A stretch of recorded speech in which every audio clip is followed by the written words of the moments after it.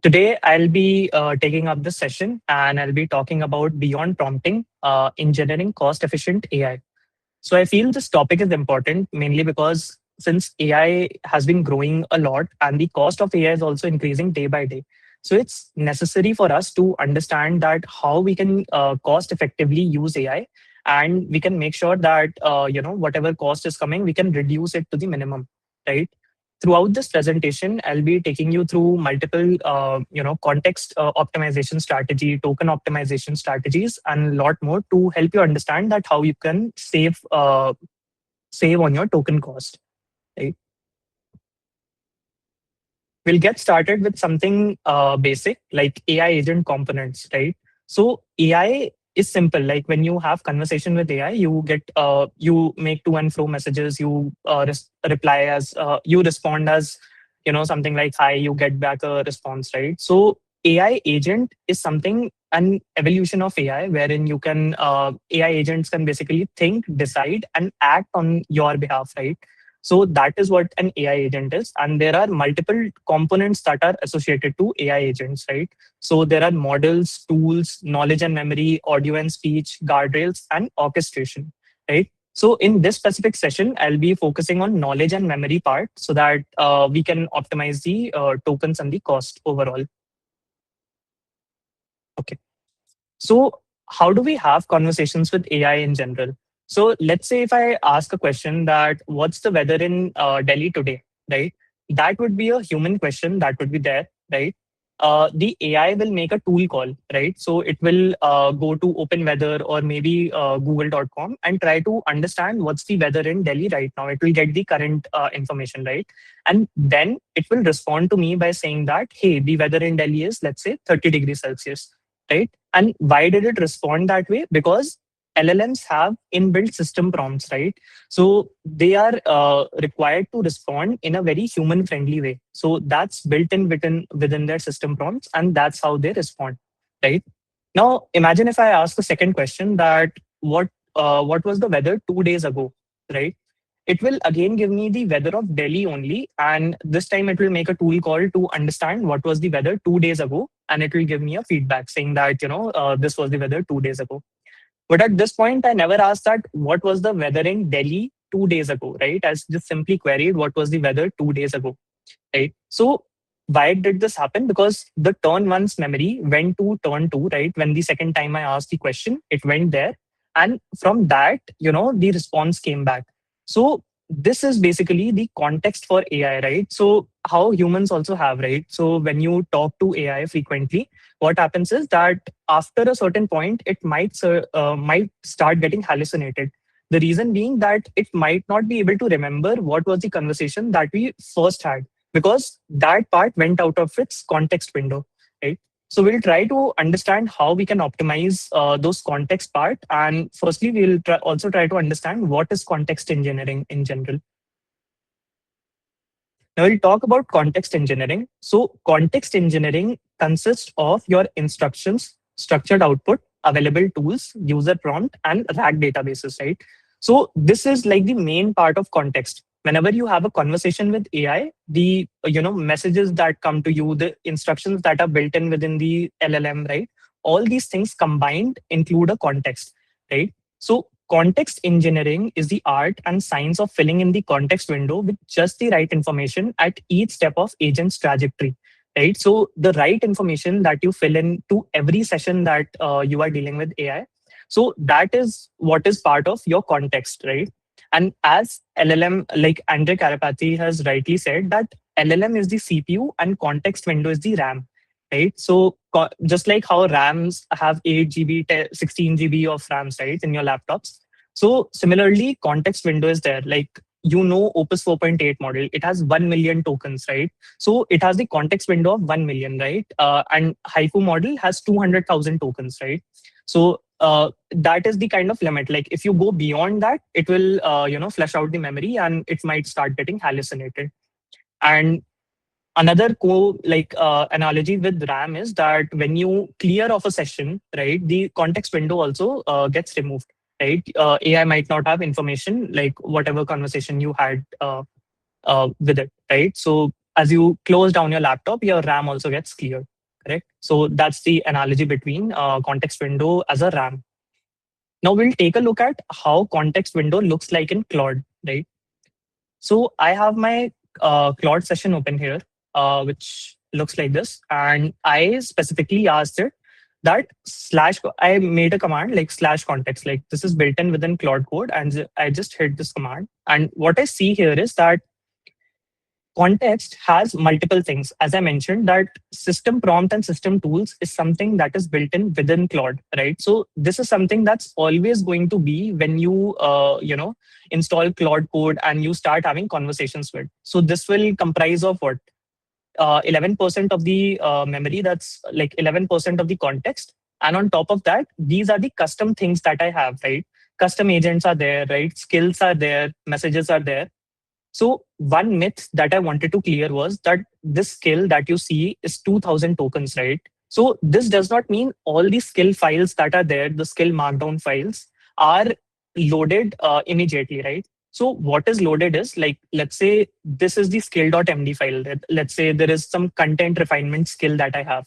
So this part is currently indexed, right? So my Claude knows that this is the name of the skill and this is the description of the skill, right? It will index this, and whenever it is needed, let's say I say a prompt that use the content refinement skill to fix this sentence, right? At that point, it will load up this whole skill and then it will come into the token, right? A token count.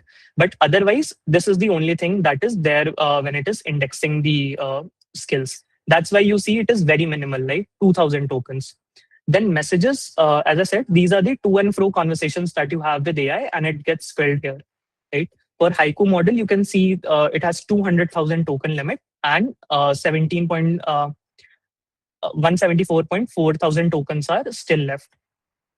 Another myth that I wanted to clear here was that MCP tools, that a lot of us think that they might be consuming tokens, but these are also loaded on demand. So initially, what you see is that these have zero tokens. They don't have anything extra, right? They're not consuming anything extra. And you can see skills here. There are 33 skills, but only 2000 tokens consumed. And if you do a context all, like context all, you can deep dive into it and see, what all MCP tools are available, what all skills are there, right?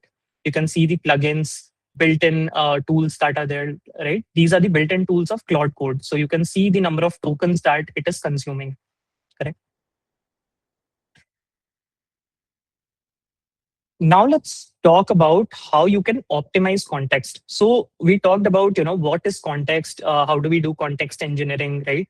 All that part. But how do we optimize that part? Because context window gets filled very quickly, right? For 200,000 tokens, it might get consumed within like 35 minutes of conversation. So it's better we try to understand that how we can, optimize our context. So these are the four things that are there. Uh, about You can write context, select context, compress context, and isolate context. So let's get started with the first part, which is writing context. So writing context means saving it outside the context window to help the agent perform a task, right? So how humans behave, right? When humans solve a task, we take notes and remember things for the future related task.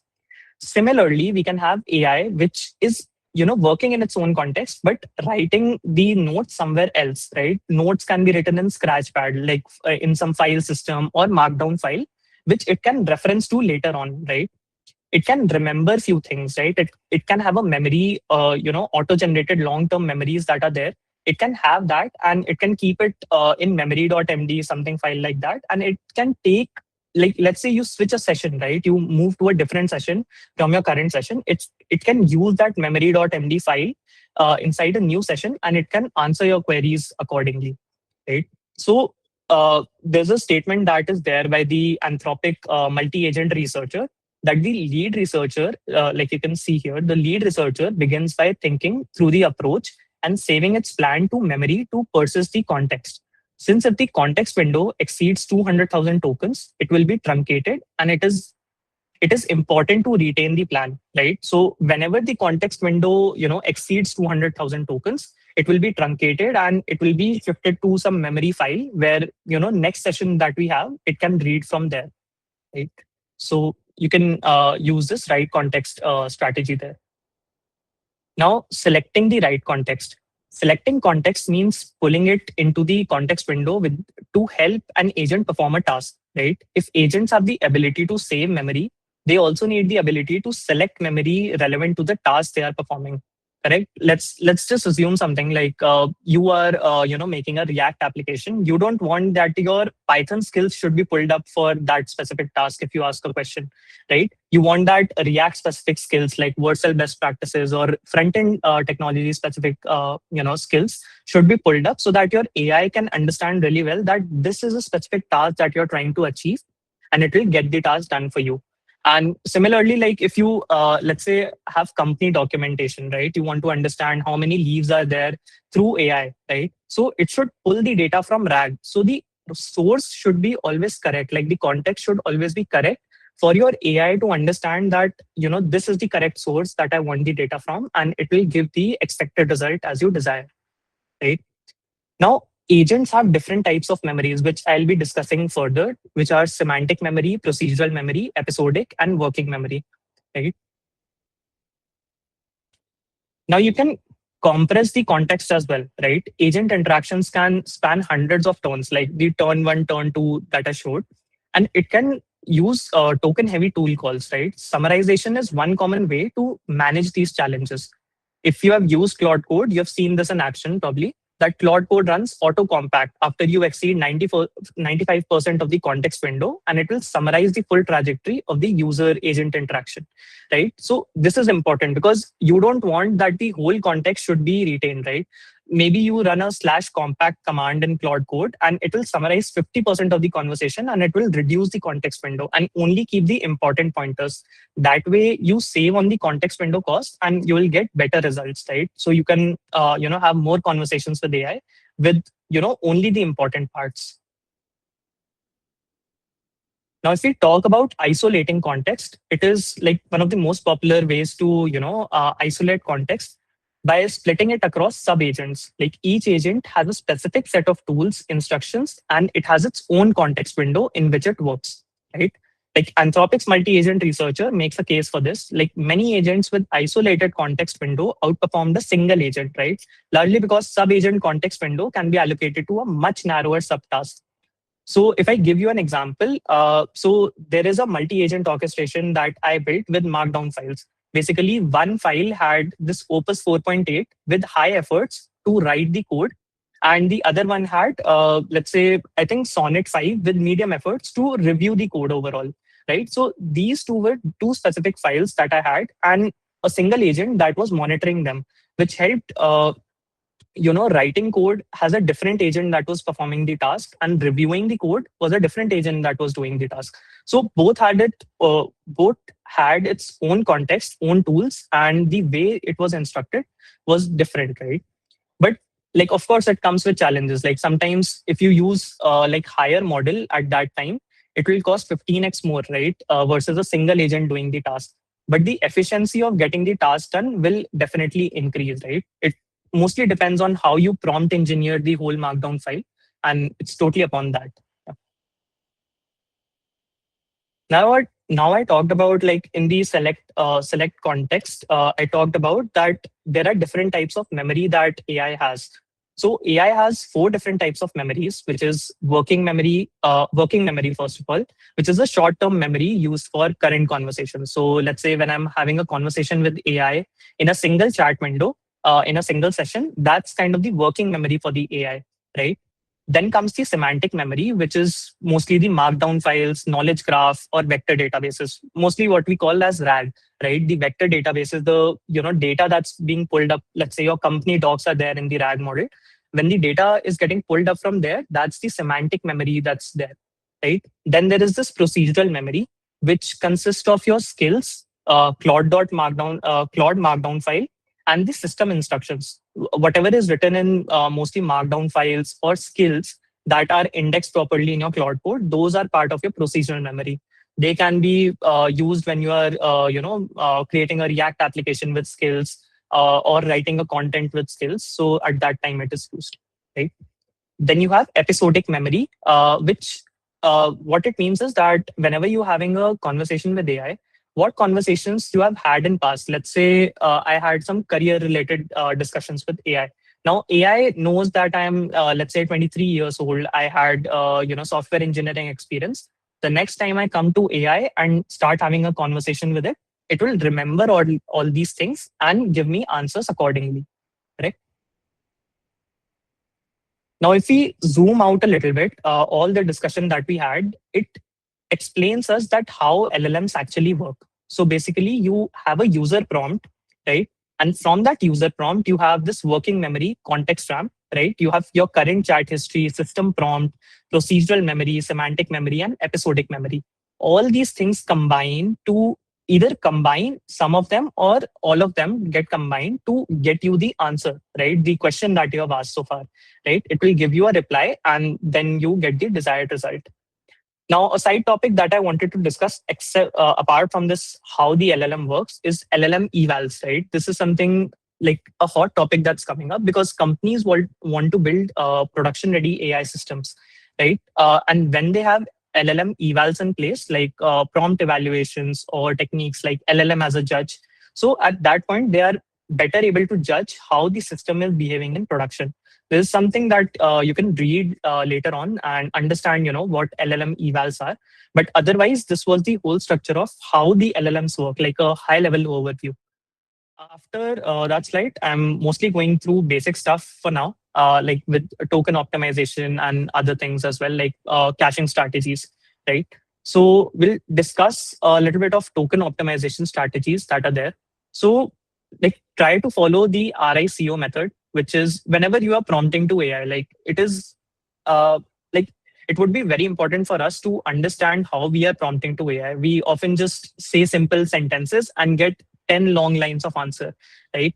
That is like token wasting, right? It's better to follow role, input, context, and structured output. This is the format that I personally follow to talk to AI, wherein I give it a specific role that, let's say you are a senior software engineer, then I give it the input, right? That this is the problem that I'm trying to solve, and then you give it the context that which is the file that I'm trying to get the answer in. Let's say index.ts or um, some Python file that I'm talking about. And then I expect the AI to give me a structured output. Let's say I want the output in JSON format or I want the output in Python format, right? Whatever type of output that I want, I'll specifically define it and it will give me the output accordingly so that I don't have to waste tokens by repeating those instructions again and again, right? So try to give the instructions in one single prompt properly, so that will certainly help, right? Then AI with caveman skills saves 75% of the cost. So this is this is an assumption that the caveman skills make, but this is quite helpful. Like in my practice, I have definitely seen getting a lot of cost saved because of using this caveman skill. So I'll just go to my, yeah, this is where I was having a conversation with on Claude. I'm saying slash caveman, the skill that I'm using. It is like ultra compressed communication mode. And a lot of you might have heard about this. So this is kind of a reminder to use this skill more often. And what you will see is that it is always giving me very short sentenced answer. And all those sentences are making sense, right? Like, let's say at the very end, it said start small, use Claude or ChatGPT on work already doing, prompt engineer 30 minutes. It could have elaborated those sentences, right? If I didn't use caveman skills, but I'm saving on tokens by using that skill to make the sentences shorter and much more meaningful. Now, adding repetitive instructions to Claude.md, right? This is something you might have noticed in this whole, answer that there is no EM dash, right? Mostly when you ask AI to give any sentence, it will always give any output. It will always use EM dash. And one simple trick that I, actually did was that I went to my settings, and this is the Claude.md file mostly that loads up at every Claude instance, right? Every session that you load up. So I've just simply written that don't use EM dashes. Instead of me going to the chat and when it gives the overall sentence, then I tell it that, don't use EM dash in this specific sentence. Instead of wasting tokens there, you can predefine it in your instructions for Claude, right? And then it won't do that mistake again. So this is also a way in which you can save on repetitive instructions. Now, there are some built-in ways to also save on tokens, right? You can use the slash clear command to, remove the, clear off the session if you're starting fresh, right? If you have two different topics and you put that into a single session, you will often see, AI getting hallucinated with the topics, right? So it's always best to, have separations of concern in every session, right? Then you can use models slash models in Claude Code, which will help you, shift to different models. Like let's say Sonnet by default, Opus when it's genuinely hard, Haiku for grunt work. Let's say, and not only Haiku for grunt work, there are multiple, models available. You can use GLM, you can use Kimi models, right? These models are dirt cheap and you can get the grunt work done by them. Like you want to rename a variable, you want to, update some JSON files, right? So these can be taken care by them. Use Opus models for mostly planning out the task and doing the heavy lifting things. So don't use default models by default. Like don't use default models just because they are already pre written into the Claude. Right? You can use slash context so you can understand like what is eating up all the tokens, right? So as I showed you, that slash context gives you an overall understanding that these are the things that are eating up the token number. So I can reduce them, right? I can understand that these messages took these many tokens, right? How can I reduce them? So slash context give you an overall understanding for it. And as I mentioned, that compact slashes the summary. It summarizes the whole thing at 50% cost. Like 50%, it compresses that. So you can try that. You can use plan mode as well. So whenever you are trying to achieve a goal, right? Try to create a plan for it. Just how we do it in life, right? Whenever we are going through a task, right? For anything, we plan it out first. We jot down all the things, and then we start executing things, right? So same goes with AI. You can use higher model like Opus 4.8 or maybe GPT 5.5 to basically plan out something and then start executing with a cheaper model. So things get done. I have personally experienced like Opus 4.8 for basically planning and Sonnet 5 medium for basically executing that task. So the task gets completed with good accuracy, in my opinion. You can keep Claude.md file under 200 lines because if skill files also, you should always keep it under 200 lines. And let's say if you have extra content, you can create references to it. Like you have multiple markdown files, right? So you can create references inside Claude.md file showing that, this is a specific area where this file must be located. And Claude, whenever AI is reading your Claude.md, it will go to that specific markdown file and read the content from there. This helps you, index more and save on tokens, right? Then you have efforts, right? This is an underrated thing that I feel is there, right? A lot of people haven't really realized that there is, low, medium, high efforts that are there in Claude. So you can experiment with it, try to understand that if Sonnet model is used with a medium accuracy or low accuracy, does it get your task done, right? So you can dial efforts up or down, and based on that, you can save on tokens as well. So more efforts mean better tasks, but slower and more tokens. So you can, experiment with it and try to understand at which effort level your tasks get done, and accordingly you can, use the effort levels. Right? Now, I won't go deep into, caching strategies and, how prompt caching works, but basic idea is that Claude also has prompt caching. So prompting, so on Claude plans, like the Claude subscriptions that you have a 1 hour TTL on that. So in a 1 hour TTL, if you have a conversation with Claude, it gets cached, right? If you wait for 1 hour period and then start having a conversation in the same session, the cache, gets cold and you are not able to, save on cost, right? When it is in cache, you will be able to, understand, like it will save a lot of cost for you because writing in cache and reading from cache is much cheaper than, actually doing it without the cache, right? On the API front, it's 5 minutes for specifically Claude, right? So you can only wait for 5 minutes when you are, on Claude APIs, right? then you don't need to switch models mid chat. What happens is that it breaks the cache because every model has its own caching, right? So if you switch models, let's say I was doing a task with Opus 4.8, then I mid my task I switched to Sonnet 5 high, right? So that will break the cache, and I'll have to generally pay more to get the task done. So don't try to switch models between mid chat. Be judicious enough to use the correct model when you are trying to experiment or do a task, right? Now, as I said, in the context window, Claude.md also gets shipped, right? So editing Claude.md also in mid session can, break your cache. So you need to be aware about that as well. Now, recently, like only yesterday, Boris Cherny, who is the head of Claude Code, wrote a command, like shipped a hook, which is /checkup.